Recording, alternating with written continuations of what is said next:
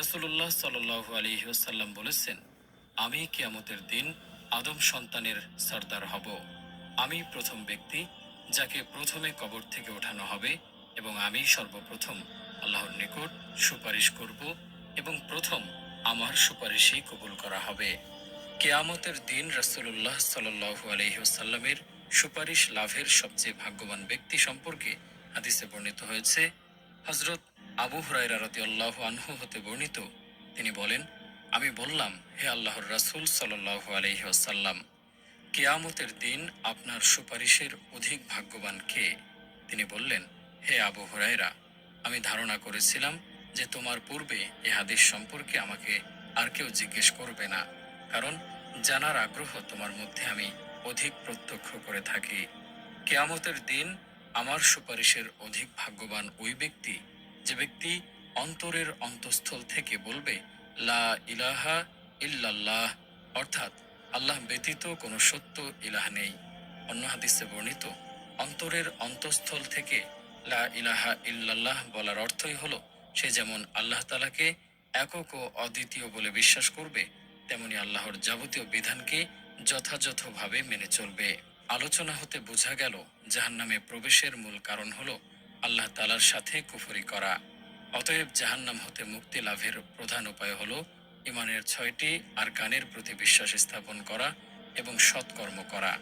আল্লাহ তাআলা বলেন, আল্লাযীনা ইয়াকুলুনা রব্বানা ইন্নানা আমান্না ফাগফির লানা যুনুবানা ওয়া কিনা আযাবান নার।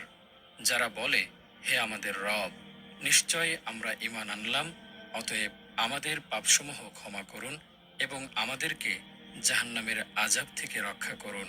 তিনি অন্যত্র বলেন, রব্বানা মা খলাকতা হাযা বাতিলা সুবহানাকা ফাকিনা আযাবান নার রব্বানা ইন্নাকা মান তুদখিলিন নার ফাকাদ আখসাইতা ওয়া মা লিয-যালিমিনা মিন আনসার রব্বানা ইন্নানা সামি'না মুনাদিয়ান ইউনাদি লিল ঈমানি আন আমিনু বিরাব্বিকুম ফাআমান্না রব্বানা ফাগফির লানা যুনুবানা ওয়া কাফির আন্না সাইয়্যাতিনা ওয়া তাওফানা মা'আল আবরার রব্বানা ওয়া আতিনা মা ওয়া'আদতানা আলা রুসুলিকা ওয়া লা তুখজিনা ইয়াওমাল কিয়ামাহ ইন্নাকা লা তুখলিফুল মিআদ। হে আমাদের প্রতিপালক, তুমি এসব অনর্থক সৃষ্টি করনি, তুমি পবিত্র মহান, সুতরাং তুমি আমাদেরকে জাহান্নামের আযাব থেকে রক্ষা করো। হে আমাদের রব, নিশ্চয়ই তুমি যাকে আগুনে প্রবেশ করাবে, অবশ্যই তাকে তুমি অপমান করবে, আর জালিমদের জন্য কোনো সাহায্যকারী নেই। হে আমাদের রব, নিশ্চয় আমরা শুনেছিলাম একজন আহ্বানকারীকে, যে ঈমানের দিকে আহ্বান করে যে তোমরা তোমাদের রবের প্রতি ঈমান আনো, তাই আমরা ঈমান এনেছি। হে আমাদের রব, আমাদের গুনাহসমূহ ক্ষমা করুন এবং বিদরিত করুন আমাদের ত্রুটি বিচ্যুতি, আর আমাদেরকে মৃত্যু দিন নেককারদের সাথে। হে আমাদের রব, আর আপনি আমাদেরকে তা প্রদান করুন যার ওয়াদা আপনি আমাদেরকে দিয়েছেন আপনার রাসূলগণের মাধ্যমে, আর কিয়ামতের দিনে আপনি আমাদেরকে অপমান করবেন না, নিশ্চয়ই আপনি অঙ্গীকার ভঙ্গ করেন না। অত্র আয়াতসমূহ থেকে বোঝা যায় যে আল্লাহ তাআলার প্রতি ঈমান আনয়ন করাই জাহান্নাম থেকে মুক্তি লাভের প্রধান মাধ্যম, যা ব্যতীত কোনো নেক আমল আল্লাহ তাআলার নিকট গ্রহণ হবে না। অতএব প্রথমেই আল্লাহ তাআলার প্রতি ঈমান আনতে হবে, তারপর একমাত্র তার সন্তুষ্টি অর্জনের জন্য রাসূলুল্লাহ সাল্লাল্লাহু আলাইহি ওয়াসাল্লামের দেখিয়ে দেয়া পদ্ধতিতে ইবাদত করতে হবে। তাহলে কেবল আল্লাহ তাআলার নিকট ইবাদত কবুল হবে এবং তা জাহান্নাম থেকে মুক্তি লাভ করে জান্নাত লাভের ওসিলা হবে। এছাড়াও যেসব আমলের মাধ্যমে মানুষ জাহান্নামের শাস্তি হতে মুক্তি লাভ করবে, তার মধ্যে যেমন ১.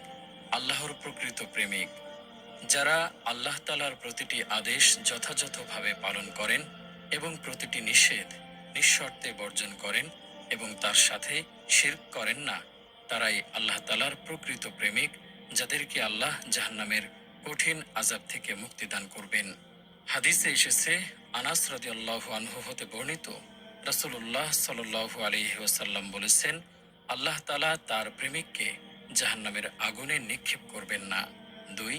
রাসূল সাল্লাল্লাহু আলাইহি ওয়াসাল্লামের প্রকৃত প্রেমিক, যারা দুনিয়ার সবকিছু হতে রাসূল সাল্লাল্লাহু আলাইহি ওয়াসাল্লামকে বেশি ভালোবাসেন, সার্বিক জীবন রাসূলুল্লাহ সাল্লাল্লাহু আলাইহি ওয়াসাল্লামের আদর্শে পরিচালিত করেন, প্রতিটি ইবাদত তার সুন্নাত অনুযায়ী পালন করেন, ভালো কাজের দোহাই দিয়ে রাসূল সাল্লাল্লাহু আলাইহি ওয়াসাল্লামের সুন্নাতকে উপেক্ষা করেন না এবং তার উপর মিথ্যারোপ করেন না, তারাই রাসূল সাল্লাল্লাহু আলাইহি ওয়াসাল্লামের প্রকৃত প্রেমিক, যারা জাহান্নামের আযাব থেকে পরিত্রাণ পাবে।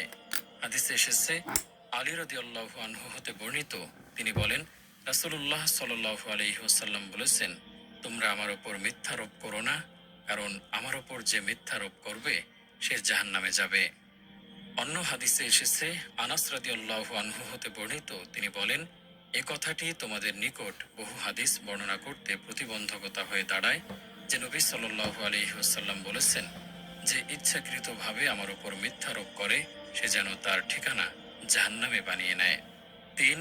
আল্লাহর ভয়ে ক্রন্দনকারী। আল্লাহ তাআলা বলেন, ওয়ালিমান খাফা মাকামা রাব্বিহি জান্নাতান, আর যে তার রবের সামনে দাঁড়াবার ভয় করে তার জন্য থাকবে দুটি জান্নাত। হাদিসে এসেছে, আবু হুরায়রা রাদিয়াল্লাহু আনহু হতে বর্ণিত, রাসূলুল্লাহ সাল্লাল্লাহু আলাইহি ওয়াসাল্লাম বলেছেন, আল্লাহর ভয়ে ক্রন্দনকারীর জাহান্নামে প্রবেশ করা তেমনই অসম্ভব যেমন দুধ ওলানে প্রবেশ করা অসম্ভব। ৪. ইসলামের আরকানসমূহের যথাযথ বাস্তবায়ন। বুরাইদা রাদিয়াল্লাহু আনহু হতে বর্ণিত, তিনি বলেন, রাসূল সাল্লাল্লাহু আলাইহি ওয়াসাল্লাম বলেছেন, আমাদের ও তাদের মধ্যে যে অঙ্গীকার রয়েছে তা হলো সালাত, সুতরাং যে সালাত ত্যাগ করল সে কাফির হয়ে গেল। অন্য হাদিসে এসেছে, জাবের রাদিয়াল্লাহু আনহু হতে বর্ণিত, নবী সাল্লাল্লাহু আলাইহি ওয়াসাল্লাম বলেছেন, বান্দার ও কুফরের মধ্যে পার্থক্য হলো সালাত ত্যাগ করা। তবে এই কাফিরগণ কালেমায়ে শাহাদাতকে অস্বীকারী কাফিরগণের ন্যায় চিরস্থায়ী জাহান্নামী নয়, বরং কালেমার বরকতে ও নবী সাল্লাল্লাহু আলাইহি ওয়াসাল্লামের শাফাআতের ফলে শেষ পর্যায়ে তারা একসময় জান্নাতে ফিরে আসবে। অন্য হাদিসে এসেছে, আবু হুরায়রা রাদিয়াল্লাহু আনহু হতে বর্ণিত, রাসূলুল্লাহ সাল্লাল্লাহু আলাইহি ওয়াসাল্লাম বলেন, ৫ ওয়াক্ত সালাত এক জুমা হতে পরবর্তী জুমা এবং এক রমজান হতে পরবর্তী রমজানের মধ্যকার যাবতীয় সগীরা গুনাহের কাফারা।